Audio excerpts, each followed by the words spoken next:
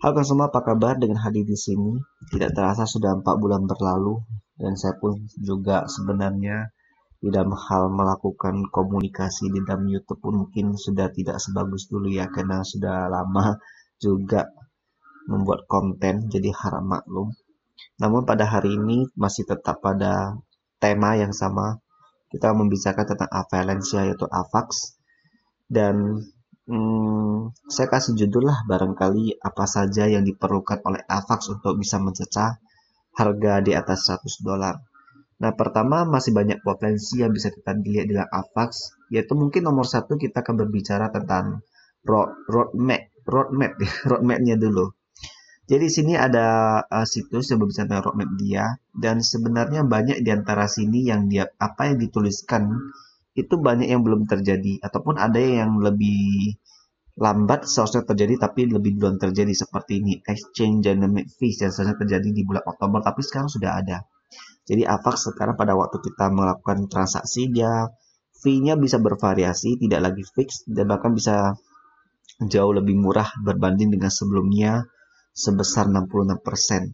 Dan ini adalah sebuah update yang sangat bagus sekali ya, ditambah dengan ada juga update kemarin yang lu berhubungan dengan Avalanche Bridge yang versi 2. Iya, sudah versi 2. Jadi yang satu atau dua kayaknya ini lah yang new ya, new Avalanche Bridge yang pertama. Dan itu banyak orang juga sekarang dari uh, network lain juga sudah masuk ke dalam AVAX. Dan ditambah lagi dengan adanya Benchy.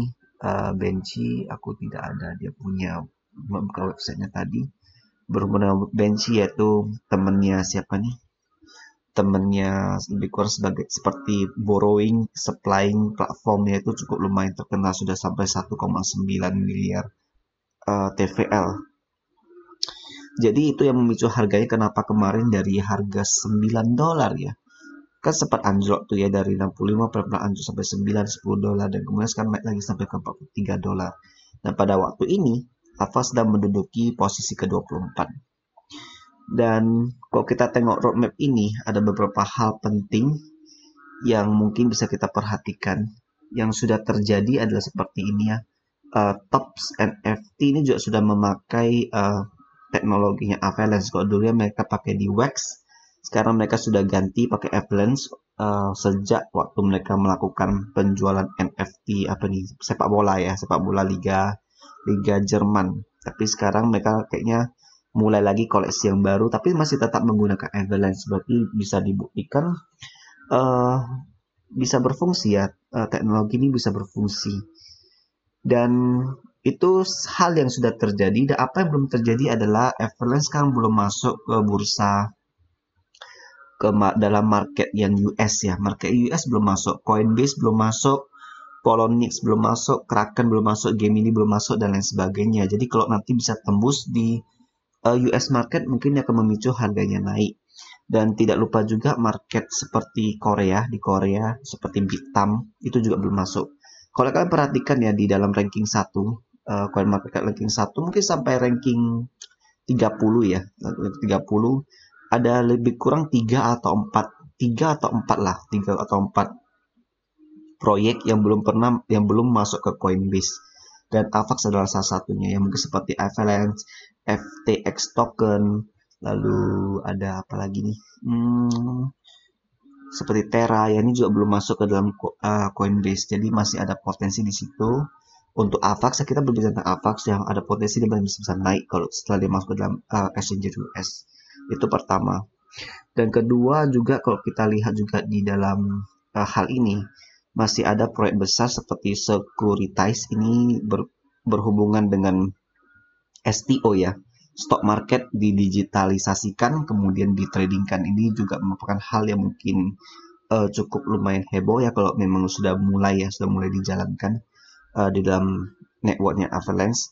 Dan kemudian juga ada namanya initial litigation offering berhubungan dengan hukum-hukum gitulah ya, hukum-hukum dengan orang juga bisa melakukan buy and sell dalam sebuah kasus hukum. Dan ini kan harus belajar juga dengan saksama kalau mau tahu lebih lanjut, dan juga melibatkan beberapa company yang bereputasi baik seperti Republic dan lain sebagainya. Nah ini belum ada, kalau ini sudah ada mungkin juga dapat membantu mendorong kasus penggunaan ataupun meramaikan lagi networknya Avalanche.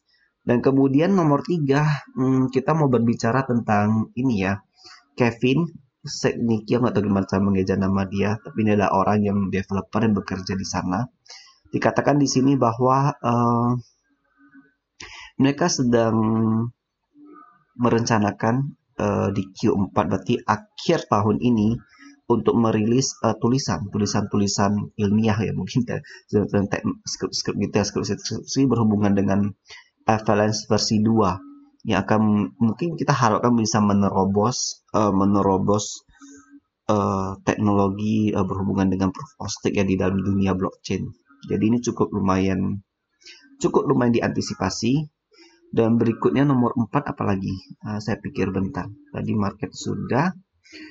Nomor 4 mungkin kita ngomong tentang fasting ya, unlocking schedule. Jadi apa yang membuat saya sebenarnya agak was-was itu sejak setahun yang lalu, yaitu unlocking schedule, yaitu pada waktu kita ikut ICO yang pertama kalinya itu ya, itu kan di unlock sedikit demi sedikit, dan tidak terasa sudah 1 tahun berlalu, yaitu pada tanggal 5 September, mungkin 4 hari lagi dari sekarang, itu option A1 akan dirilis yang terakhir ya, jadi 22,5% akan dirilis, ini yang terakhir. Dan kemudian sisa selanjutnya adalah A2 yang masih akan memakan waktu setengah tahun lagi setelah tanggal 5 September nanti. Jadi dengan arti kata lain, dia punya supply, inflasinya akan menurun secara drastis setelah tanggal 5 September. Karena ini sudah unlock semua, sisa ini dan juga yang tim token tim ya. Kok kan tengok di sini kalian bisa lihat grafnya. Dalam 1 tahun, bulan yang pertama sampai kepada nanti ya, itu sekali unlock untuk peningkatannya tinggi sekali. Nanti bisa tengok grafnya sangat tinggi. Tapi setelah ini, setelah tanggal 5 September, akan meningkat dengan sedikit aja 3 bulan kemudian ya. Tidak akan sehebat yang ini. Jadi dalam arti kata lain, inflasi akan berkurang. Kemudian seterusnya di atas 1,5 tahun itu sangat kecil aja inflasinya. Dan kita juga harus mengetahui ya bahwa di AVAX setiap biaya transfer yang dilakukan itu dibakar ya, di burn.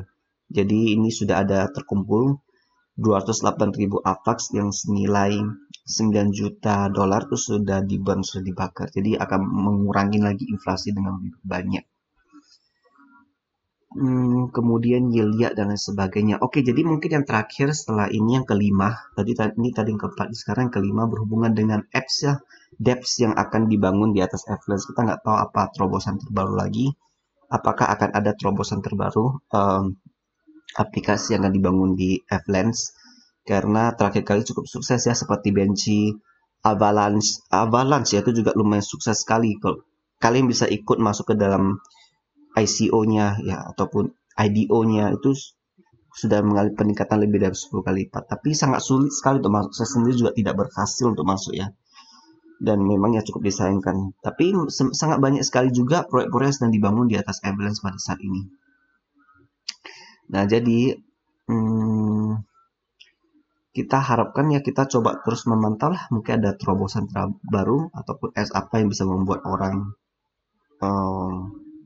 pengen lebih banyak pakai Avalanche lagi. Oh ya, saya mungkin mau menambahkan sesuatu tentang yang poin pertama, yaitu berhubungan exchanger. Pada saat ini kita tahu bahwanya C-chain di Avalanche itu cukup ramai ya. Dan banyak exchanger, tidak banyak exchanger yang mengintegrasikan C-chain-nya Avalanche ke dalam exchanger mereka. Hanya beberapa yang mengintegrasikannya seperti OKCoin ya. Seperti OKCoin, seperti KuCoin ya, itu mengintegrasikannya. Tapi seperti Binance yang besar-besar tuh belum ada yang mengintegrasikannya. Kalau diintegrasikan mungkin nanti banyak lah proyek-proyek lain yang di Avalanche ini akan naik daun, seperti Pangolin, Yak, Chi, kemudian XAVA dan lain sebagainya. Jadi ya itulah harapan saya, tapi kita tidak tahu. Mungkin saya kasih bonus lah. Bonus poin yang terakhir berhubungan dengan keadaan kripto seluruhnya. Karena banyak orang mengatakan ya, mungkin saya juga berpendapat seperti itu, bahwa akan ada 1 kali lagi kenaikan yang tinggi ya, ada lagi potensi bull market terjadi.